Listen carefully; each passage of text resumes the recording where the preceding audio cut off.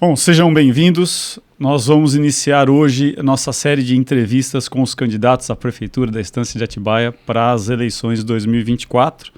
Essa é uma ação para levar aos profissionais da área de tecnologia, geociência, arquitetura e ao município como um todo as ideias e as visões dos nossos candidatos sobre assuntos que no nosso dia a dia da classe profissional a gente julga importante discutir para os próximos 4 anos. E hoje, para dar início nessa série de entrevistas que nós temos o nosso grande José Roberto Tricoli. A gente quer agradecer, José, a ter aceito o convite, estar conosco aqui. Então, para quem não me conhece, né, como é que a gente não vai nos apresentar? Eu sou José Roberto, sou diretor da Associação dos Engenheiros, Arquitetos e Agrônomos de Atibaia. Eu sou Donizete, também diretor de patrimônio da associação. E o nosso candidato, não vamos falar por ele, vamos deixar que ele se apresente. Por favor. Beleza. Bom, cumprimentar aqui, posso chamar de Júnior? Claro. Beleza, Júnior, Donizete, a todo mundo que está ouvindo a gente, pode me chamar de Beto, né? Então, você sabe que o meu primeiro emprego, aí eu vou falar o quê? Da minha biografia? Exatamente. Então, eu vou falar assim, o meu primeiro emprego em registro de carteira, com 13 anos de idade, 1974, ninguém tinha nascido, foi na Prodec, consultoria para decisão. Uma empresa carioca que foi contratada para fazer todo o levantamento e o projeto de implantação da duplicação da Fernão Dias. E aí eu fui ser uma coisa, a minha profissão não existe mais, porque eu fui desenhista normografista, né? Certo? Então eu trabalhava com normógrafo. Eu escrevia, porque era uma prancheta, que você tinha o rolo lá, o cilindro aqui, papel milimetrado, quadriculado milimetrado, um papel vegetal, e aí você vinha puxando os perfis longitudinais, o perfil transversal e os pontos de obras que tinham que se, né, das obras de arte que iam se implantar naquela rodovia. Então eu desenhava em torno de 16 a 20 quilômetros por dia, certo? Na verdade, né, numa escala adequada. Então esse foi meu primeiro emprego na área, né? Mas antes eu fiz um estágio na Fatorial, com o Rogério Ribeiro da Silva, Jairo Botelho, e quem me ensinou a desenhar foi o Lázaro Chiocchetti. Depois disso eu trabalhei com Mariano Roman III, com Andrade Roman, trabalhei com o Brian Gonçalves Laurentino, trabalhei com Verde Selva, e aí depois a vida foi... Eu fui para São Paulo eu fiz escola técnica de edificações na Escola Técnica Federal, né? Lá eu comecei militância política estudantil, era um momento de ditadura, um momento de discussão fervorosa. A Federal é uma escola super, eu diria assim, ainda é, até hoje é muito concorrida para entrar, né? E a molecada que estava lá toda ligada em política, né? Então... minha movimentação política começou lá, e aqui em Atibaia, meu primeiro movimento foi... minha primeira atividade, meu ativismo político foi contra a privatização do SAAI. Não, privatização não. A incorporação do SAAI pela Sabesp, né? O prefeito, acho que era o Takao na época, por aí. E aí eles queriam transferir o SAAI, toda a infraestrutura, toda a estrutura que o SAAI tinha, para a Sabesp.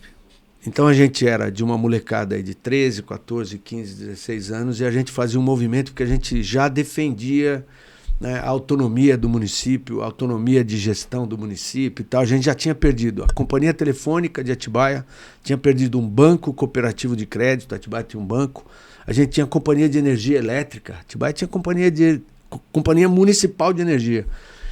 É uma coisa estranha de dizer, porque faz muito tempo, ninguém vai lembrar. Mas aquele momento era um momento em que o município tinha autonomia e autodeterminação de desenhar seu desenvolvimento, né?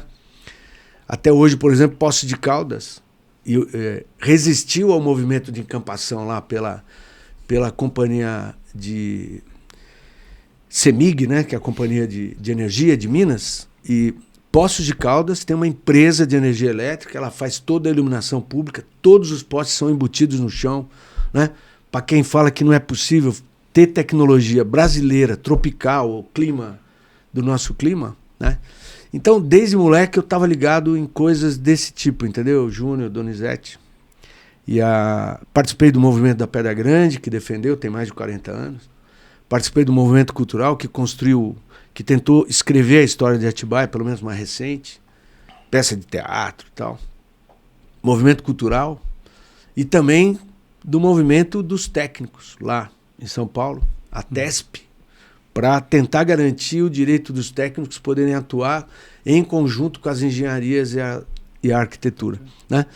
Enfim, então eu tenho uma trajetória que está ligada na questão política, estudantil, cultural, de juventude, questão ambiental, mas ela também está ligada nessa questão da engenharia, das categorias ou da profissão que diz respeito a essa questão das engenharias e das infraestruturas, né, que o país sempre está atrasado para fazer. Atrás. No geral é isso, né? Daí eu fui vereador, sou fundador do PV, né? Depois de vereador, o nosso grupo lançou uma candidatura de prefeito e aí eu fui eleito em 2000, né? E há 24 anos atrás. A gente está de novo num momento crucial. Passou quase uma geração inteira, né? 24 anos dá para nascer alguém e quase que terminar uma faculdade de arquitetura ou de engenharia. Exato. Então é isso, né? O resto a gente pode falar aí no meio da entrevista, né? Legal, bacana. Então vamos lá. Nós separamos alguns temas que são importantes e nós vamos repassar todos aqui. A gente faz o questionamento a você e aí você pontua a sua resposta. E a gente determinou um prazo médio em torno de 5 minutos por resposta para cada pergunta. Beleza. Então vamos lá. O primeiro tema que a gente acha extremamente importante são as obras públicas no município. Então, para quem está aqui, a gente está com uma colinha para que a gente possa tratar os mesmos temas com todos os candidatos. Sim. Então, Atibaia tem uma grande demanda por obras de infraestrutura. Nós temos uma preocupação quanto à definição dos projetos e prioridades para essas obras. Uhum.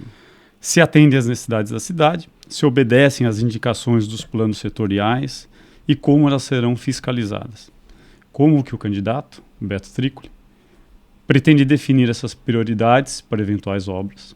Quais obras o candidato entende como fundamentais para a cidade? Uhum. E como participar a sociedade civil organizada para contribuir na definição desses projetos? E como gerenciar os recursos para que se garanta qualidade e austeridade? Maravilha. Tentar falar em 5 minutos. Então, eu acho que é muita obra pública, né? Mas eu vejo que eu poderia falar de cada... eu vou tentar agrupar as obras que eu acho relevantes nos temas, né?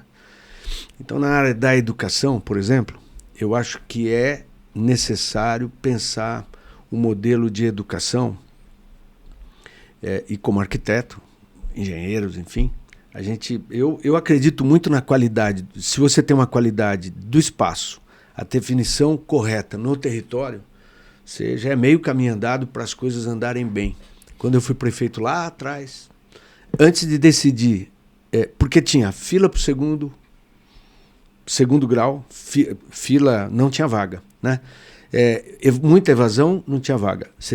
Não tinha vaga para o primeiro grau, não tinha vaga para pré-escola, não tinha vaga para creche. Né? O que precisa? Precisa construir. Precisa construir, então o que a gente vai fazer? Antes de decidir, quer dizer, decidimos que tinha que construir. Né? A decisão foi o quê? Primeiro, trabalhar muito com o mapa, né? O território da cidade. Esse nosso mapinha aqui, que eu adoro ver, né? Esse mapinha, aqui, ó. Né? Aqui é o nosso. A gente costuma dizer que isso aqui é um desenho de couro de boi, né? É o nosso mapinha. Dividimos a cidade em 10 partes, né? E a partir daí começou um pensamento de planejar a cidade como um todo. Pensar na área da saúde, da educação, na área da infraestrutura, na área dos investimentos básicos, né? De pequenas obras ou grandes obras. E aí a gente contratou uma empresa para fazer um censo estatístico para saber onde moravam os professores, onde moravam os trabalhadores da educação, onde eles trabalhavam, onde eles moravam, né? As matrículas, né? Onde cada aluno foi registrado no mapa, né? onde é que ele estudava, onde ele morava, onde o pai trabalhava, onde a mãe trabalhava.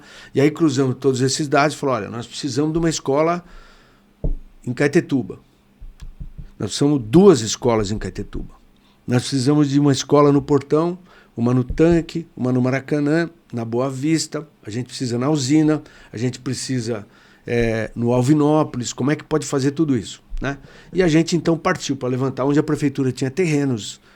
E aí fez um processo de planejamento. Primeiro definiu demanda, mas pensando o seguinte, a família está recém-formada, está com um filho de quantos anos, vai nascer mais gente na família, vocês pretendem ter... E aí essa pesquisa visitava ou consultava esses familiares que já estavam na rede ou que estavam na fila de espera de cada uma delas e perguntava, você pretende ter filhos? Né? Seus filhos pretendem e tal? Beleza.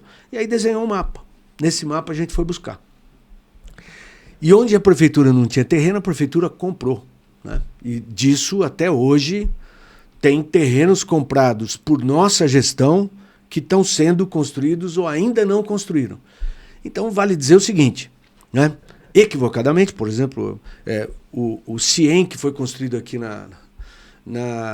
no terceiro centenário, na verdade não foi construído, foi comprado uma escola. Exato. Num valor fora das proporções de mercado, enfim, mas é outra questão. Mas num lugar onde não tinha demanda, nunca teve. Não tinha demanda. Não tinha demanda, não tem gente suficiente que mora ali. Então, para estudar ali, você precisa de transporte, precisa de gente, né? É toda uma demanda. Se o trânsito não está bom, imagina um monte de Kombi, perua, né? Transporte escolar. Enfim, então, construímos 12 escolas, Júnior. 12 escolas, né? E quando começou pressão e perseguição política para tentar impedir as licitações, porque tinha lobby de empreiteira, lobby de político que queria morder aquilo, né? Quando a gente conseguiu verba do governo do estado para construir 4 escolas estaduais, mas dentro de um planejamento, por exemplo, a escola que funcionava na Cristo Rei estava lá há anos, 15 anos, e a gente falou, não, vamos construir uma escola, a Maria Cecília Teixeira, vamos construir uma escola atrás do cemitério, foi construída, antes da descida ali da Maria Alvim, e aí a gente tirou o espaço, acomodou o espaço, que era um improviso. Né? A escola da estação de Caetetuba funcionou por 18 anos, tinha sala de aula em Raia de Botia. Raia de Botia tem isso aqui, ó, 2 metros e alguma coisa. Né? E a sala tinha... Aí o professor ficava a 25 metros de distância do último aluno. Isso é qualidade de ensino. Então a gente falou, não, daí construímos Walter Ingrácia, tarará. Bom, construímos 12 escolas. O que eu vejo agora, então, se começar pela educação, como é que está nosso tempo? Ih, vai explodir. A gente tem que construir, eu transformaria, dessas 12, 8 eu transformaria no padrão CIEM, sem mudar do lugar, construir mais 2 salas, mais laboratório, piscina aquecida, o espaço esportivo e tal. Então na educação é isso. Na área da saúde, eu acho que nós trouxemos o AME, a UPA, SAMU, trouxemos, na verdade intervimos na Santa Casa. Então, precisa de um hospital regional? Precisa, mas eu não faria do modelo que está aí. Mas eu garanto que em 2 anos a gente entrega um prédio de hospital. Em 2 anos a gente entrega um prédio de hospital, num custo diferente desse que está aí. Então eu teria que rever essa licitação do hospital. E tem que ser regional e tem que ser pactuado no SUS e tal. Aí grandes obras, né, as transposições, né, eu acho que dá para fazer alagamento hoje, desde já ali na Cavalho Pinto, dá para ganhar uma raia de cá, uma de lá, dá para puxar a raia que vai para São Paulo ou para Bragança, já separar para tentar desobstruir quem quer passar para o lado leste, Caetetuba, Cerejeiras Colonial, né, Caetetuba, São Roque. Mas aí você já pega, dá para crescer. Se a gente bater o olho ali onde estão os pilaretes, os taludes de contenção ali de terra e onde está o pilar, dá para a gente alargar mais 2 raias. Veja o que eu estou dizendo, do lado de que vai para lá. E de lá, uma pelo menos. Né? Já ajuda, não é muito. Mas você está falando, se tem 4 hoje, vai passar para 6 de um lado e 5 para o outro. Talvez dá para fazer fluxo e tal. E viadutos e tal, são coisas que... eu acho que dá pra, tem projeto de trevo na FAAT, né? Quando eu deixei a prefeitura, tinha no Dersa projeto de trevo na FAAT, projeto de trevo aqui na Jerônimo, no Guaxinduva, tem que fazer. Eu acho que tem outros trevos, né? Articulações. Nova rodoviária. entendo que tem que fazer um terminal em cada um desses 10. Eu inaugurei o do Imperial, aquele é o padrão. Aquele é o padrão. Se você comparar o que o Denig fez no Portão, aí o Saulo fez na Flora, bairro do Tanque, aí o Emil agora inaugurou na Praça de Caetetuba. Tem o tamanho dessa sala, né? Então, isso não é um terminal. Terminal de gente tem que ter cobertura, tem que ter banco, tem que ter banheiro, tem que ter área de alimentação, segurança e tal. Então, aquele padrão de terminal de lá, do Jardim Imperial, tem que ter um em cada uma dessas 10 regiões aqui. E uma rodoviária realmente intermunicipal. A rodoviária aqui é de 1950. Ela foi dimensionada para uma cidade de 40 mil habitantes. Nós estamos batendo 160. Não dá. Né?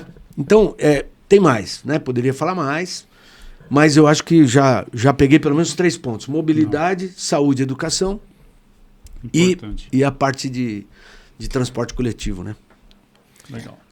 Legal, candidato Beto.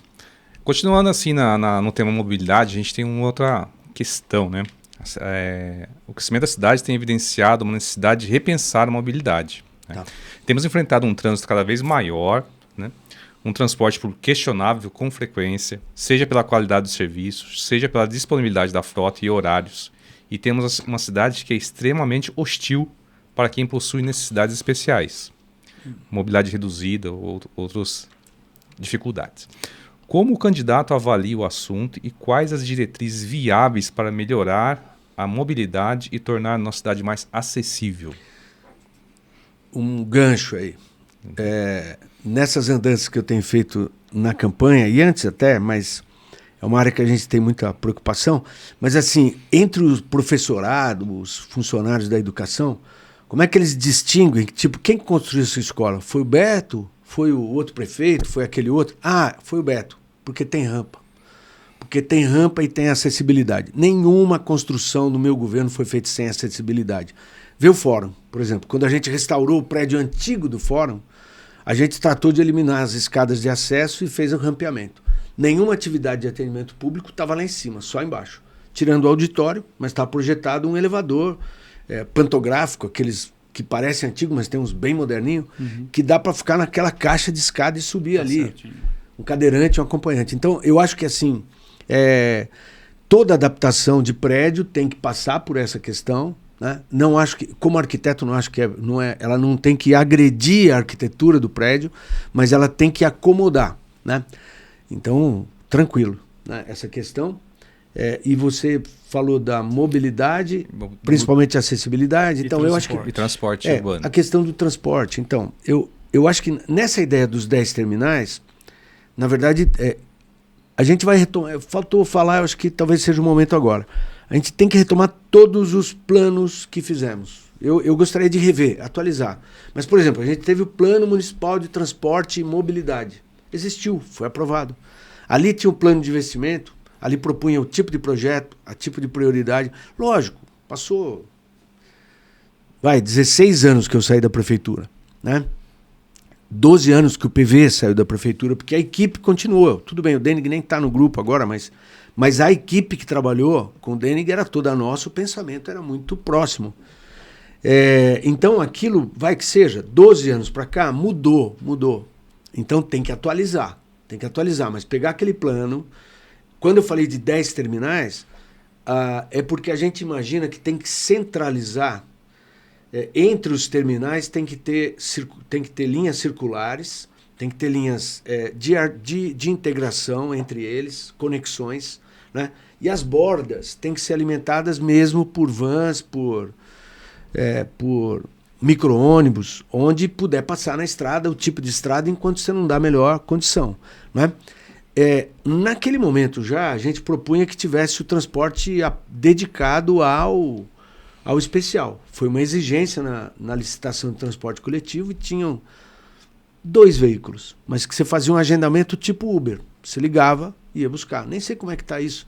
Se aumentou, deveria ter aumentado. Né? Proporcionalmente, eu estava calculando, por aquele contrato, porque era progressivo, hoje deveriam ter pelo menos 10 vans, 10 veículos adaptados com elevador para cadeirante ou até para quem tem restrição maior.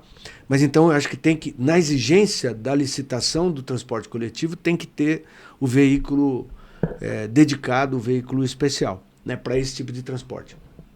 Pode até fazer parceria com a APAE, com qualquer outra entidade, mas tem que ter, né, o veículo. E aí, implantar tarifa zero. Tarifa zero. Vocês sabem que, bom, tem um monte de cidade do tamanho como Atibaia que está cheio, tá implantado já. E ontem, me parece, Bragança anunciou que está implantando tarifa zero, né? Acho que todos os candidatos já estão dizendo que é tarifa zero, né? E eu tenho um modelo que dá para implantar, eu tenho convicção que o nosso modal implanta a tarifa zero com quase nada de gasto a mais. Porque hoje a prefeitura paga um subsídio, iniciamos a semana com greve, ficou paralisado alguns horários e depois retomou. Porque a prefeitura não está pagando há meses, né? 3 meses sem pagar, agora parece que pagou um mês. Mas é perto de R$1 milhão. Um valor que oscila de acordo com uma planilha, né? Então, na verdade, a gente vai pagar por quilômetro e vai dar para o passageiro bilhete, né? E esse cadastramento dos especiais, né, a gente precisa ter atenção, né? Eu vi agora outro dia, tipo assim, 5º Fórum de Inclusão e tal. Eu falei, nossa, 5º? Na verdade, a gente fez um em 2001, né? Então não é bem o 5º, né? A gente já tinha o cadastro dos especiais na prefeitura, na educação. A gente implantou o CAAD, que é o Centro de Apoio às atividades, aqueles que são acometidos ou têm características, né, especiais, seja física, seja mental, e aí é um reforço, mas ao mesmo tempo também é um tipo de atenção que você dá, não só na mobilidade, mas na reeducação para toda a estrutura, né? Legal, bacana, muito bom. Então vamos lá. Então vamos mudar um pouco a temática, nós vamos falar um pouquinho, Beto, de meio ambiente. Essa água pode beber? Pode. Opa. É que tem um cristal, mas ela tá fora. Tá separado. Falei, nossa, é um sal aqui. É um sal. Sal do Himalaia. Vamos falar um pouquinho de meio ambiente. O nosso município, Atibaia, tem um conjunto de legislações ambientais municipais. Foi construída nos últimos anos e foi desenvolvida para suprir necessidades específicas que vinham acontecer no município. E nós temos um convênio em vigor com a CETESB que municipalizou muito dos licenciamentos que a gente faz, que antes fazia só no Estado. Saiu uma nova resolução CONAMA no início desse ano e esse leque de serviços foi ampliado pelo mesmo convênio. O que vai permitir para a prefeitura agora licenciar muitas outras atividades, empreendimentos que antes ela não licenciava. Porém, a gente tem notado uma dificuldade muito grande da secretaria de dar fluxo que já tem, seja nas aprovações, sim, seja na fiscalização. Então, como é que você entende esse panorama, na tua visão? O que a gente precisa fazer? Para primeiro dar fluxo no que tem que ser feito, sim, e como que a gente equipa, como é que a gente vai suprir, e isso é recurso para a prefeitura, né? O que a gente faz? Concurso. Tem que chamar gente, tem que chamar gente competente. Enquanto não tem concurso, a gente chama a melhor qualidade de técnico, com ética, né? Ética profissional, ética na vida, né? Porque está faltando. Eu vejo um monte de aprovação aí que é de assustar, de assustar. Impedem uma casinha do Imperial de fazer um corte de aterro e tal, exigem cálculo de retirada de terra e impacto ambiental, bota fora e tal, e a gente vê muita coisa passar que nem boiada aí, tá muito fora do prumo, tá bem desqualificado. Eu acho que quem ocupa ou como ocupa tá fora dos parâmetros da ética profissional de quem realmente, efetivamente deveria estar analisando para aprovação, licenciamento e funcionamento com muito respeito à questão ambiental. Então, primeira coisa é trocar toda a equipe técnica. Aquela que não é concursada, tchau. Né? Não dá para ficar. Essa eu tenho visto muita aberração. Infelizmente, né? Porque começou lá atrás no meu governo. Né? Agora, porque a gente começou a equipar e implantar e fez mais concurso para arquiteto, para urbanista, para geógrafo, enfim. Né? Então eu acho que tem que ter concurso. Né? Eu acho que tem que ter transparência no modelo, né? E realmente definir as áreas que são efetivamente de preservação. Né? Quando a gente fala de parque linear do rio ou dos córregos, né? Quando a gente fala da área de contenção ou área de amortecimento seja das áreas de produção de água, abastecimento, seja na encosta da Pedra Grande, né? Ou mesmo das áreas de interesse, né? Que eu acho que o Morro do Saci é um interesse, o Parque Puma ali, aquela região do Jardim dos Pinheiros, tem um interesse, a comunidade diz que tem um interesse. Então não sou eu que estou impondo isso, e já fui mal interpretado no passado, porque eu pactuei com a sociedade que eu ia defender interesses da sociedade, e assim eu fiz. Então, eu vejo um movimento muito grande sobre vários aspectos, inclusive sobre a questão que acho que a gente vai chegar lá, mas essa questão do planejamento da cidade, sob o aspecto global do urbanismo. Não só do uso e ocupação, mas atividade e função, correlação com as atividades comunitárias, né, as comunidades da cidade. Então, essa questão ambiental, então, por exemplo, implantar o parque. Então, falar de questão ambiental sem pensar em implantar o parque linear do Rio Atibaia e os parques ciliares dos córregos e ribeirões, já está tarde, já está atrasado, e a prefeitura vai ter que entrar pesado do ponto de vista de negociação com os proprietários, com os lindeiros, fazer compensações, fazer pagamento, né, pagamento para preservação ou até para aquisição, mas efetivar isso, porque depois não vai voltar mais, né? Então, e quando a gente fala da questão ambiental, foi o tempo que a gente falava lá, falei até no SBT ontem disso, mas a questão ambiental hoje, e eu que sou do PV há 35 anos, antes a gente falava, olha, a gente tem que estar preocupado com a camada de ozônio, com aquecimento global, vai alterar o clima, vai subir 1 grau, 2 graus, que é isso?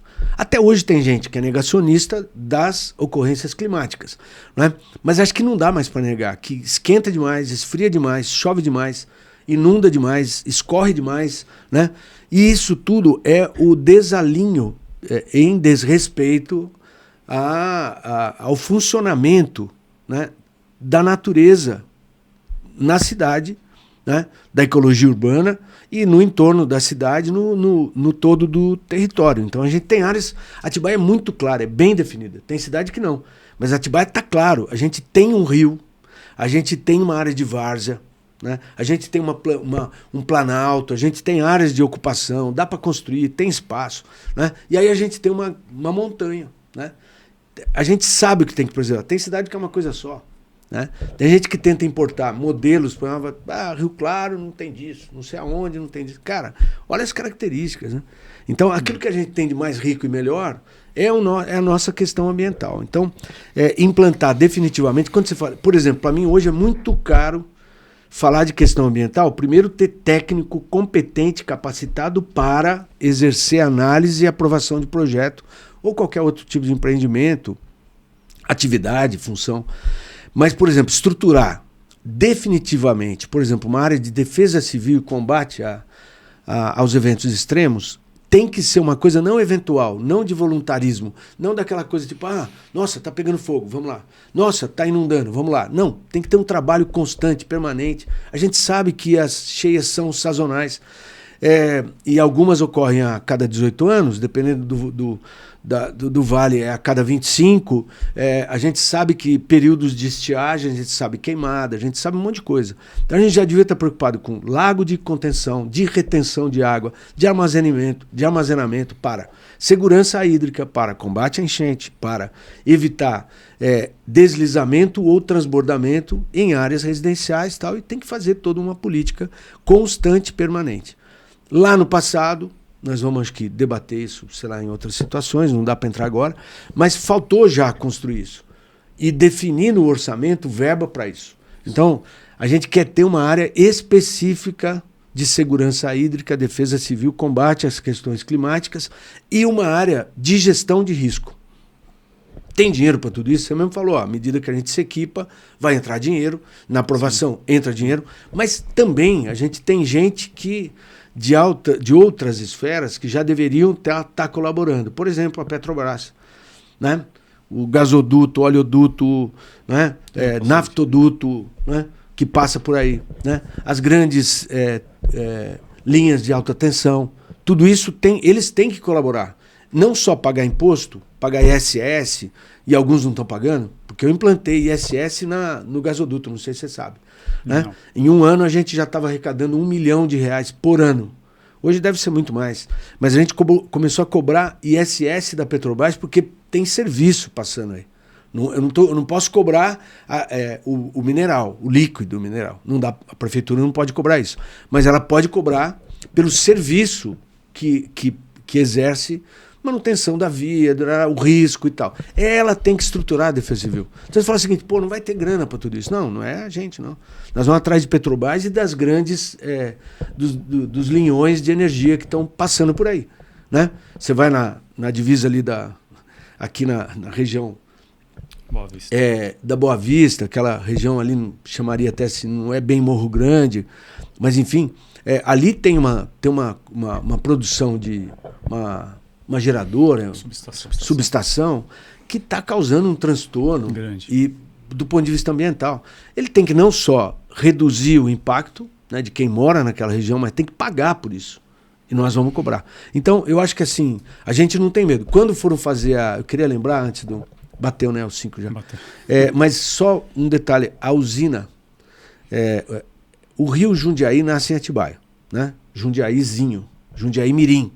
Nasce aqui na divisa de Mariporã, aqui perto da Pedra Vermelha, na divisa com Mariporã. E há um projeto para fazer uma represa de abastecimento para Campo Limpo, Várzea, Jarinu e parte de Jundiaí. Né? Eu não sou contra, em tese. O que acontece é que quando eu era prefeito, eles queriam fazer, certo? Eu falei, não vamos fazer. Não, você tem que assinar aqui o licenciamento, que você autoriza a Sabesp a fazer todo o estudo e licenciamento. Eu falei, não vou assinar isso. A gente tem que ter autonomia sobre isso. A gente tem que ver o impacto. Chega das represas lá que causaram tragédias econômicas e suicídios e destruição de famílias e tal. Se vai inundar, nós queremos saber onde, o desenho antes.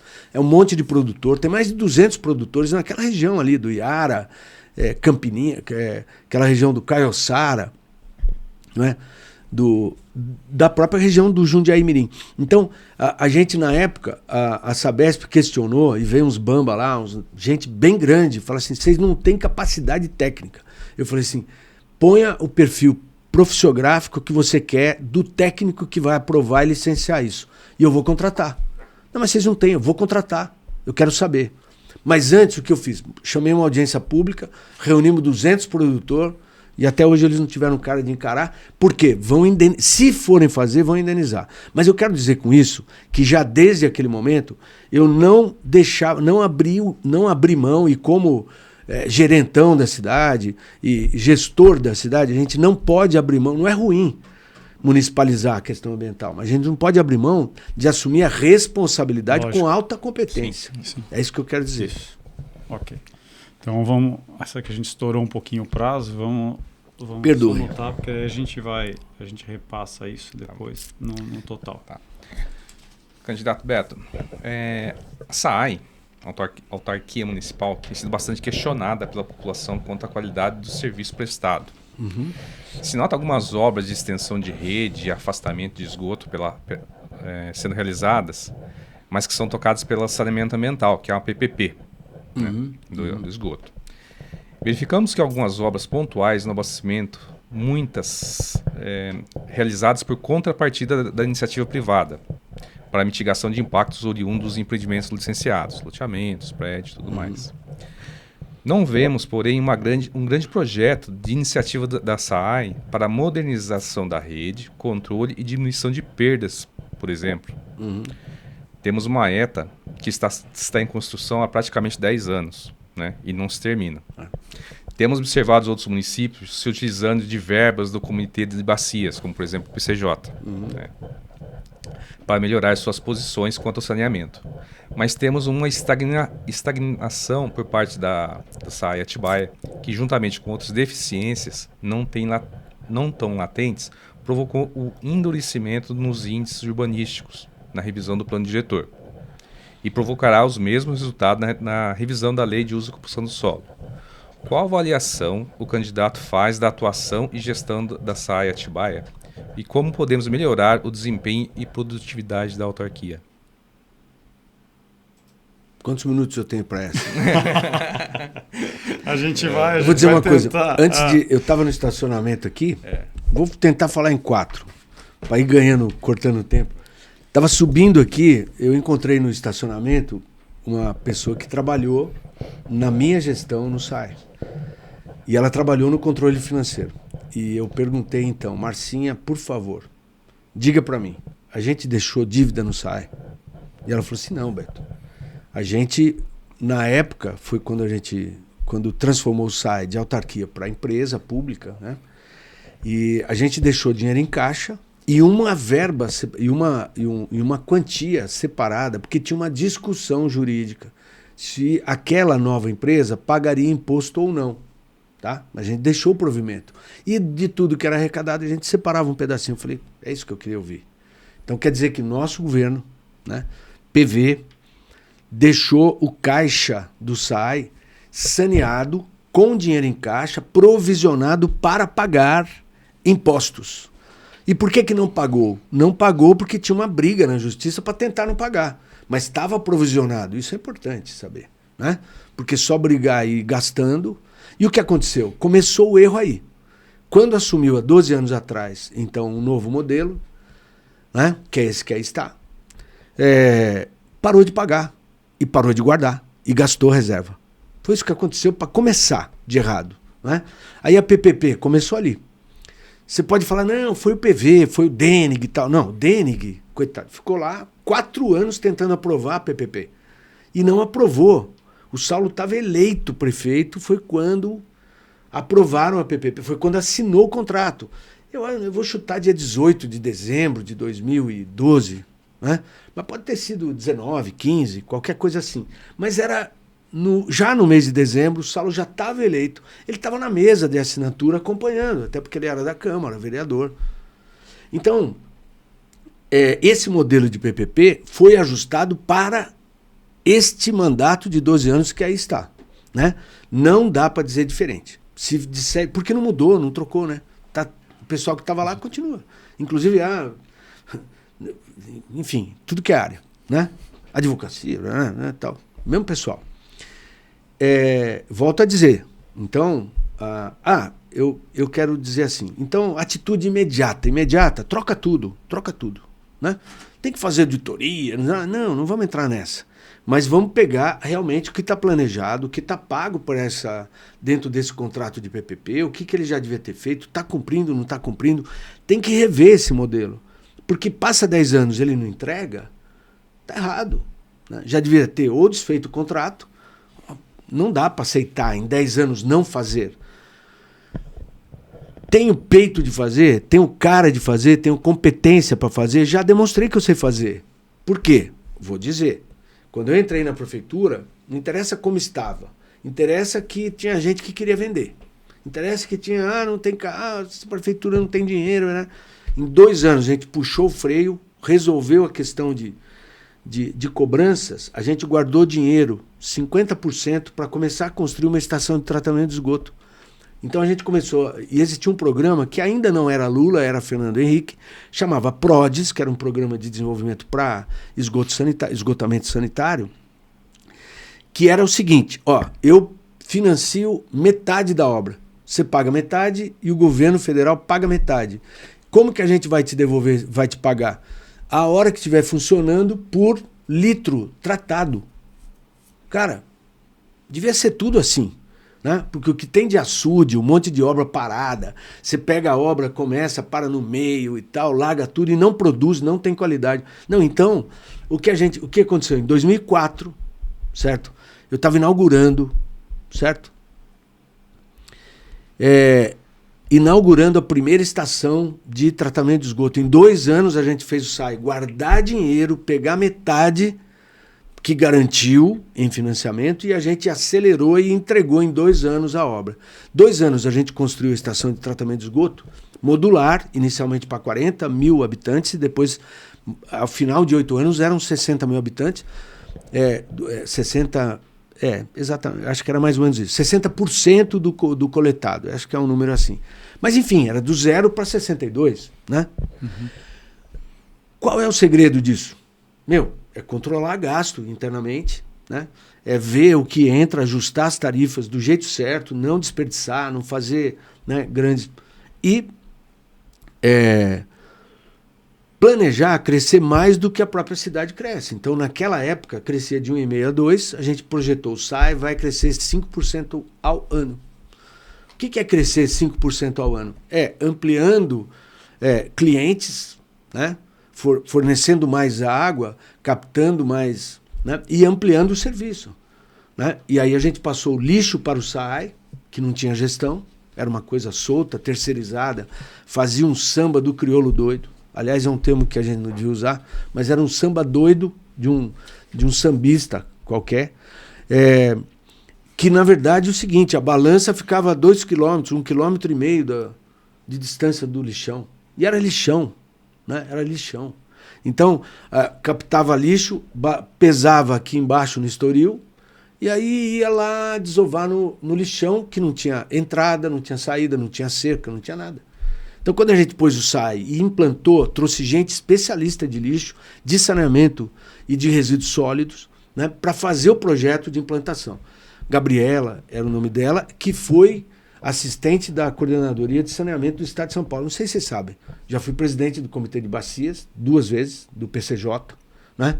Então eu entendo como captar, entendo do modo de financiamento, tanto do FEIDRO como do sistema da ANA, que é a Agência Nacional de Águas. Então, captar recurso é uma possibilidade e a gente conhece, sabe como fazer. E eu fui coordenador estadual de recursos hídricos, em 99, no governo Covas. Pouca gente lembra disso, mas eu atuei no sistema com gente importante da época. E eu conhecia gente capacitada e trouxe para vir trabalhar no SAI. Bom, com isso, a gente assumiu tratamento de esgoto, que não existia, um modelo responsável para ampliação da rede não podia, porque como não tratava esgoto, o promotor não deixava a gente ampliar a coleta. Então, a partir do momento que a gente fez a estação, a gente pôde começar a ampliar o serviço, né? E com isso a gente engatilhou mesmo, 5% ao ano, né? Numa projeção ali, a partir da estação de 2004, mais 10 anos, a gente teria que pelo menos assumir quase que a totalidade do território contínuo da zona urbana, né? E eu acho que é isso que tem que fazer. É meta arrojada? Meta arrojada. Agora, se tiver que rever contrato, rever contrato. Se tiver que, né, chacoalhar a coisa, a gente vai mexer. E o funcionário do SAI, ele é altamente qualificado. Tem gente muito boa lá. E tem muita gente que foi embora, infelizmente, né? Porque como não tem perspectiva, não tem boa gestão, quem é bom, passa em concurso. Tem gente que foi para Brasília, tem gente que foi trabalhar em Jundiaí, concursou em outro lugar e foi embora, né? Então, a gente não está com a capacidade de reter, porque a empresa, a prefeitura, né, entendendo como uma corporação, prefeitura e SAI, não tem atratividade mais, né? Quando eu fui prefeito, todo mundo da região queria prestar concurso em Atibaia, pela qualidade que a gente oferecia no trato do servidor, no salário e na competência técnica, né? Então é isso que tem que retomar. Ok. Certíssimo. Vamos lá, então vamos continuar aqui. Vamos sair do SAI e vamos falar um pouquinho de urbanismo e vamos falar um pouquinho de utilização dos espaços públicos na cidade. Tá. Né? Então, o município de Atibaia ela possui um território de 478.521 km² e ela viu sua população saltar de 126, de acordo com o censo de 2010, para 166 pela projeção do censo de 24. O crescimento é de 32%, mais ou menos em 14 anos. Há necessidade de se garantir a essa população uma cidade acessível, com áreas públicas adequadamente urbanizadas, com equipamentos conservados e parques públicos que possam garantir opção de lazer aos munícipes. Como o candidato avalia o panorama atual dos espaços públicos e a oferta de equipamentos de lazer na cidade de Atibaia? Então, eu acho que quando você faz um planejamento disciplinado, você faz um tipo de crescimento que a população que chega, ela absorve mais rapidamente as regras e o grau de convívio, né? Como na casa da gente, né? Você quer fazer você quer receber bem? Pô, vou receber um monte de gente em casa. Beleza. Tem banheiro suficiente? Vai ter assento na mesa, no sofá, na prévia, tal? Como é que funciona, tal? Lixo. E aí a pessoa chega, você fala, olha, aqui é o seguinte, aqui é o banheiro, toalete, você vai ali, você precisa vir aqui, você orienta a pessoa e fica à vontade, né? Se você quiser adaptar alguma coisa, vai ter um espaço para lá. Então a cidade ela deveria receber as pessoas de forma organizada. Tem um empreendedor que faz isso de forma muito competente. Eu acho que a gente tem uma geração de novos negócios, de novos empreendimentos que são fantásticos. Acho ótimo, né? Mas a prefeitura deveria dar um suporte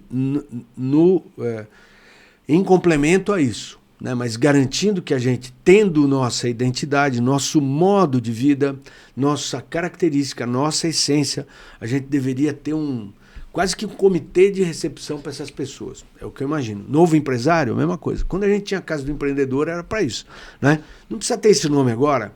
Pô, o Beto quer voltar tudo no passado? Não, eu quero olhar para frente. Mas eu ainda acho que falta um lugar que a gente fala, onde eu quero abrir um negócio, onde eu vou ser recebido na prefeitura, né? Então, eu acho que tem que ter um lugar receptivo para o novo empreendimento, onde a pessoa vai ser orientada, onde vai, né? Beleza. Então, nesse aspecto, eu acho que a gente tem que organizar corretamente o modo de poder fazer. Esse número de 166, ele foi revisto agora, né, depois de 2 anos. Então, em 2 anos, saltou de 158 para 166. Isso. Então, é 4% em 2 anos. Em 2 anos. Então, a gente está crescendo 2%. Meio uma conta meio, né, de padaria, mas às vezes a estatística não é bem essa. Mas que seja. De novo, eu volto naquela situação, entendeu? A gente deveria sentar juntos, técnicos e tal, e aí sociedade organizada, técnicos da sociedade organizada para desenhar e falar, olha, o tipo de crescimento que a cidade está tendo, eu proponho a revisão de plano diretor. Não porque o que está feito está ruim, eu não vou desmerecer o trabalho, eu só quero dizer que faltou. Eu acho que contemplou muito a indústria imobiliária, estou chamando assim para ser educado, para não querer... eu acho que tem ótimos empreendedores, tem gente que vem com um pouco mais de... com um hábito de cidades que não tem limites. Né? Não tem limites. Não estou dizendo só para verticalizar, é naquela coisa de ocupar, né? e invadir o espaço público, o espaço coletivo e tal. E falta uma construção de parceria, de contribuição para o benefício... em benefício do empreendimento e do coletivo, daquela comunidade e tal. Eu acho que muita coisa pode ser discutida dessa forma. Então, de novo, eu entendo que a gente tem que rever e tem que contemplar a cidade que a gente quer na cultura, na saúde, na educação. Que tamanho de cidade a gente quer, afinal? Turismo, tem 66? Muito... A gente quer cidade de o dobro, né? 320? E o que nós vamos ter que ofertar para isso? Para ter uma cidade de 320, em quanto tempo a gente vai chegar? Com 4%? Vamos projetar 4%?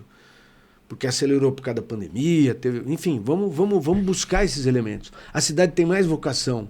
Essa questão da vocação ela é sempre uma constante, porque é sempre o futuro que você vai olhar. Então você fala assim, nossa vocação é industrial, ela é de serviço, ela é do que é? Tem gente que diz que o futuro será de serviços, porque grandes centros, ou próximos de grandes centros como somos, né, será mais para serviço.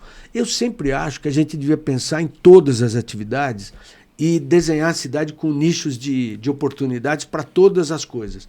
Naquela situação, primeiro que se você tiver 5 filhos, você não precisa que os 5 filhos sejam da construção civil. Sim. Os 5 filhos não precisam ser da indústria, não sei o quê. Cada um pode ter uma vocação.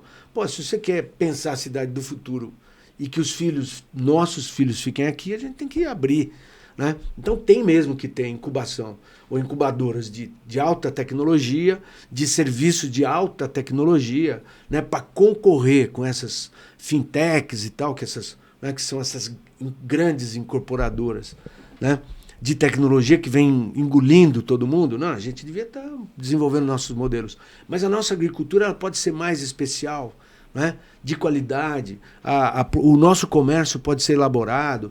O nosso produto cultural, a economia criativa, a economia verde, o BNDES financia altos projetos inovadores, né, para essa área de economia verde. E essa área de economia criativa me é muito, assim, eu sempre tenho uma atração interessante por isso, porque isso a economia criativa ela vincula, por exemplo, turismo, porque é o visitante que vem curtir aquilo, aqueles produtos, e tem a ver com geração de renda, emprego, mas uma boa indústria, que é a economia criativa, ela vai valorizar o nosso potencial cultural, a nossa identidade. Então, eu usava já isso lá atrás, mas pode ser pensado ainda, né?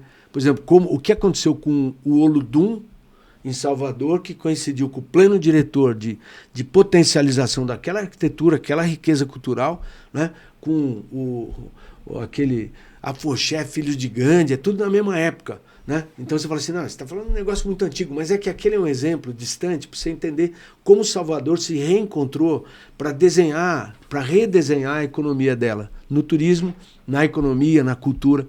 Né? Então acho que existe um nicho importante. E Atibaia é catalisadora disso. É a cidade mais antiga da região, é a que tem a maior tradição folclórico-cultural, religiosa. Né? A região congadeira mais tradicional e mais antiga de toda é a nossa região. Né? E por aí vai. Tradição rural, né? A gente tem turismo rural, tem muito potencial. Eu acho que, para terminar, não ponha todos os ovos na mesma cesta, certo? Se é essa a ideia, vamos fazer uma economia forte, vibrante e tal, tem que ter todas as atividades. Eu não pensaria numa atividade só. Específica. Para absorver essas pessoas que estão vindo e falar assim, ó, porque senão vai ser um monte de gente abrindo loja, fechando loja, abrindo não sei o que de chocolate, fechando uma franchise e fechando a franchise. Então, né, essa rotatividade, ela deveria ter um apoiamento, seja com o Sebrae, com tal, para que as pessoas planejem antes de abrir. Não tem problema, espera mais um pouco, vamos planejar, veja né? Fazer isso realmente ser mais duradouro, mais sustentável. Né? Se a gente não construir uma economia que absorva esse povo que chegou, a gente corre o risco de exaurir. Né? Vamos ser uma cidade estressada. Entendeu? Okay. Vamos lá. Legal. Vamos lá, vamos para o sexto tema. Chegamos aqui, candidato Beto, no sexto tema, composição das secretarias e departamentos de planejamento. Eu acho que entramos numa parte... Não, esse é rápido, é fácil de fazer. Você sabe que a prefeitura não está... você não terminou ainda? Vamos lá. Termina, desculpa. Vamos lá.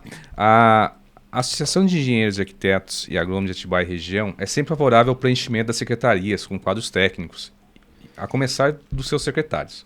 Embora o cargo de secretário seja um agente político, entendemos que o secretário deve ser técnico e conhecedor da área que vai atuar. Né?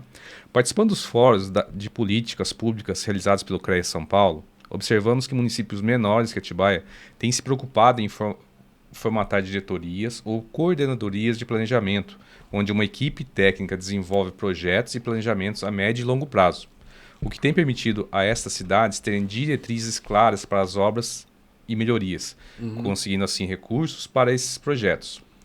Como o candidato pretende desenvolver o planejamento a médio e longo prazo do município e como o candidato pretende compor os quadros das suas secretarias? Ok. Bom, eu já disse aqui, en passant, que eu acho que tem que rever o plano diretor. Aliás, o plano diretor, planejamento é dinâmico. Planejamento não é uma coisa tipo, tá aqui, acabou e vai ter que ser assim. Não, você escreve, pactua, isso é o começo de uma regra comum. Ó, a gente pactuou isso. Se não está dando certo, vamos ajustando. Né? Então, o bom planejamento, ele tem que ser participativo, ele tem que ser integrado, ele tem que prever a sustentabilidade no correr dos anos, ele tem que necessariamente passar por uma revisão geral a cada 10 anos. Mas revisões a cada 5 anos, nenhum problema. Nova legislação parece que está propondo 3 anos. Acho muito pouco. 3 anos eu acho curto prazo para você implantar alguma coisa. Para você conseguir ver se deu certo, sabe? Mas tudo bem, se a regra é essa e se dá para repactuar, é que às vezes você perde muito tempo repactuando antes de tentar concretizar o que foi planejado. Né? Então eu faria assim, não, você entrou aí, tem uma regra. A regra agora é rever a cada 3 anos, a cada 4 anos, a cada 5 anos. Eu seria o primeiro a dizer, ó, vamos... então tá, já deu 3 anos, por exemplo. Uma hipótese. O que foi planejado fazer há 3 anos atrás? Isso. Beleza. Tentaram fazer isso? Não está dando certo isso? Então tem que rever. O problema é você passar 3 anos, não fez isso, só fez isso e isso. Cara, não terminou de fazer o que estava planejado. Então não foi um planejamento. Certo? Aí você fala assim, isso vale para qualquer coisa, não vale só na área de uso e ocupação de solo, não só o plano diretor, ele é tudo, né? Todas as áreas. Então, rever o plano, mas com participação, com integração, com intersetorialidade e tal, valorizar o servidor, o conhecimento acumulado e tal, acho que isso é importante.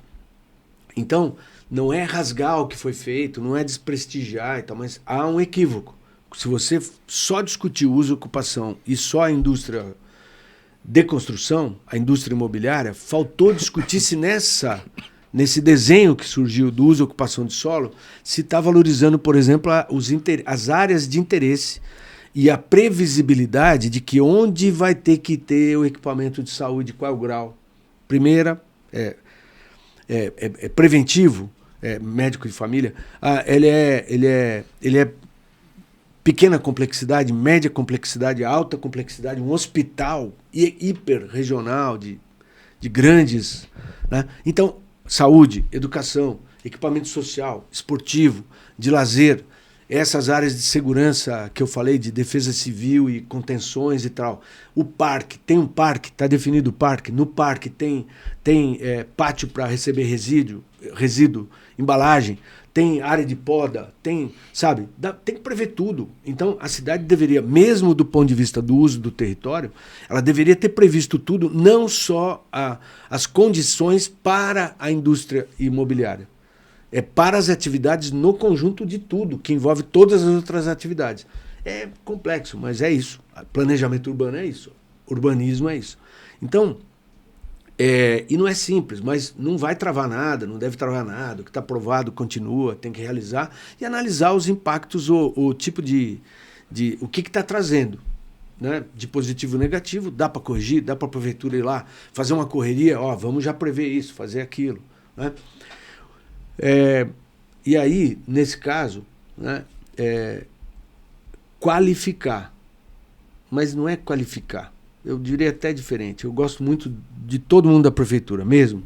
Até com quem brigou comigo, e eu fui prefeito que enfrentava todo mundo. Para você entender, eu tinha toda sexta-feira de manhã, das 7 até as 9 da manhã, toda sexta-feira eu recebia funcionário público. Tá? Qualquer um que quisesse conversar. Né? Começou, primeiro dia, segundo dia, vinha com o diretor de RH. Eu falava, cara, isso aí não vai dar certo. Eu estou querendo receber o servidor para ouvir o que ele tem para dizer. Não é para ele... Aí os caras chegavam... E aí, você veio... Não, tá, tudo bem. Cara, você não queria reclamar alguma coisa? Não, tá tudo bem. Pô, o chefe dele tá ali, né? Não. Então, ouvir, né? Criar canal para ouvir o que não está funcionando, o que está funcionando. Equipamento, essas terceirizações todas aí, o que dá, o que não dá, em todas as áreas, né? Então, ouvir o servidor fazer e ouvir, inclusive, você falou de compor secretaria. Então, assim, o que a gente tem de bom? Claro que a gente tem um plano de governo, né? E a gente ganha a prefeitura. Beleza, ganhou a prefeitura? Claro que eu vou chamar gente que concorde com o que está aqui. Se eu chamar gente que não concorde, a gente vai ter que repactuar. Eu não vejo problema disso. Então, você vai ver que no meu plano, o que está mudado agora, porque eu fiz um registro primeiro e agora alteramos. Alteramos não, aprimoramos.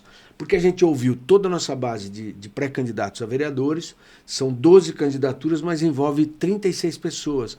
Por quê? Porque das 12, 6 são coletivos. Coletivo animal, coletivo da ação, turismo, esporte, coletivo das mulheres, tem 2 coletivos de mulheres, do PV, do PT, tem coletivo... Teia Colaborativa, que na outra eleição já teve mais de 1.000 votos e acabou não elegendo, o Paulinho Malvasi. Aí você tem coletivo do bem-estar animal, né? Enfim. Então a gente ouviu. Então virou um plano de ações. Então tem itens. O plano de governo tem itens e ações dentro de compartimentos. Né? Então tem especialista de defesa civil, especialista do comércio, da área de eventos noturnos, especialista da cultura, do esporte, de saúde, né? E por aí vai. Além disso, nos últimos 30 dias da campanha, a gente registrou então esse plano e abriu sugestões.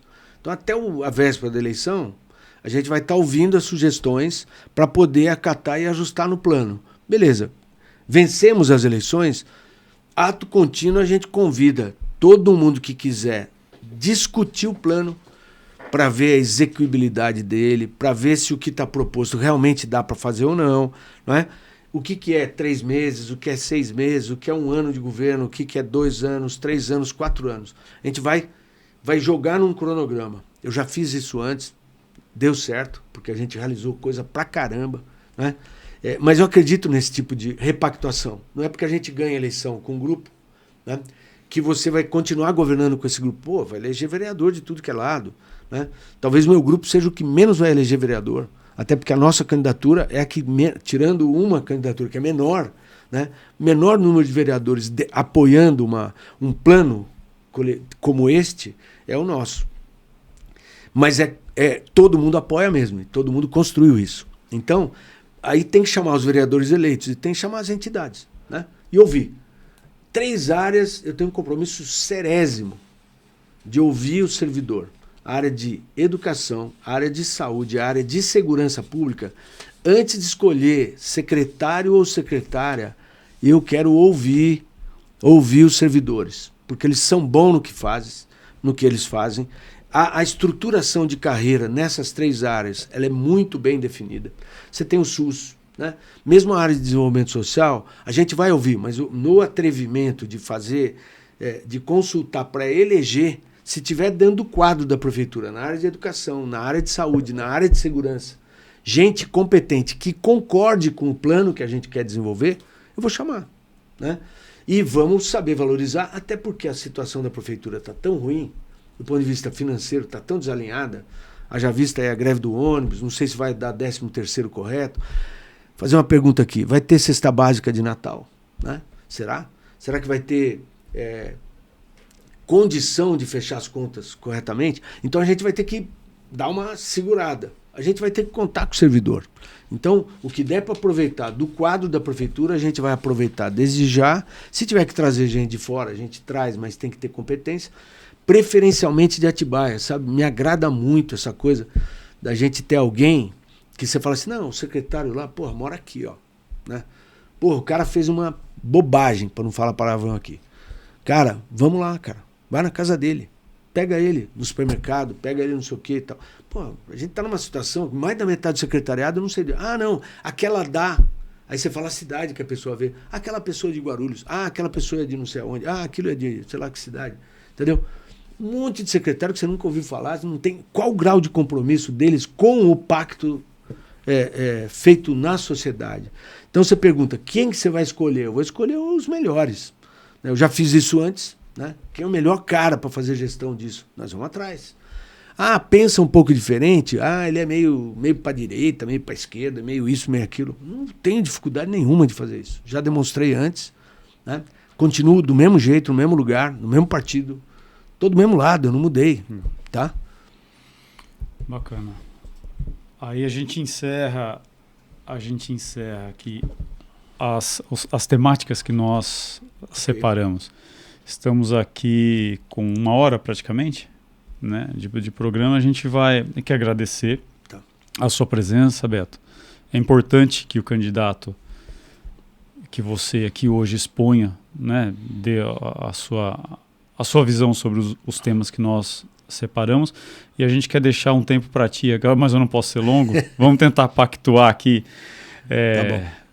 em torno de 4 minutos para a gente poder fazer o encerramento com as suas considerações livres que você acha importante, e assim a gente fecha esse primeiro dia de entrevista com os candidatos. Tá bom. Olha, primeiro agradecer a oportunidade, acho bacana demais. Acho que cada entidade, primeiro o trabalho que vocês prestam à cidade, então é importante, é estruturante para a cidade, né? Segundo, que acaba tendo um viés, eu acredito e espero muito que os profissionais desta associação possam realmente ter interesse em saber o que a gente pensa, como a gente vai agir se ganhar as eleições, né?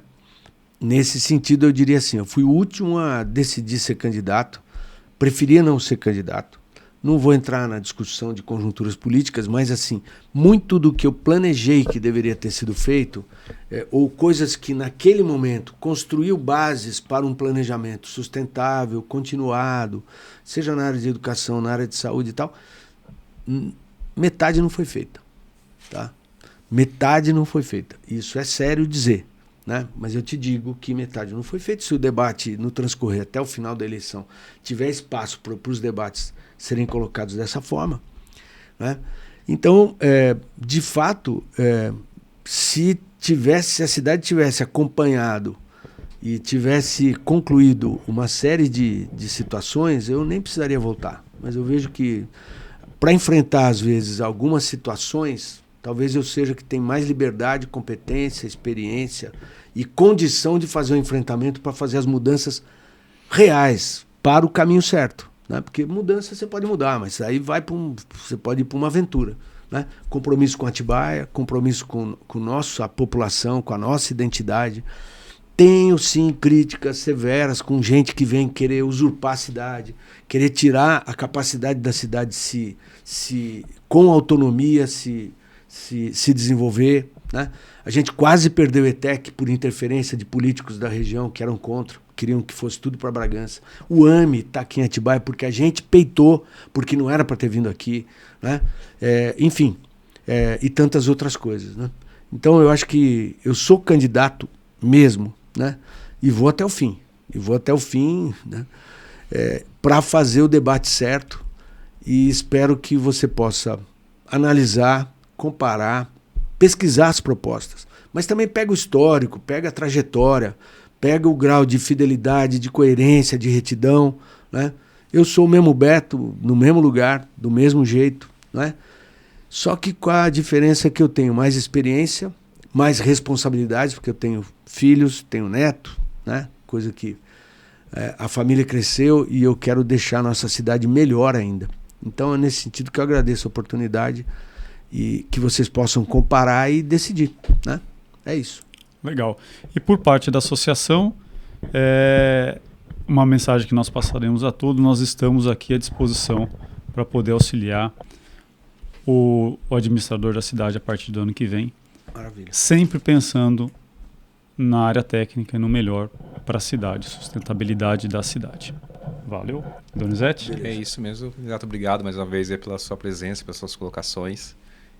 E obrigado. Estamos à disposição. Vamos lá. Joia. E até a próxima.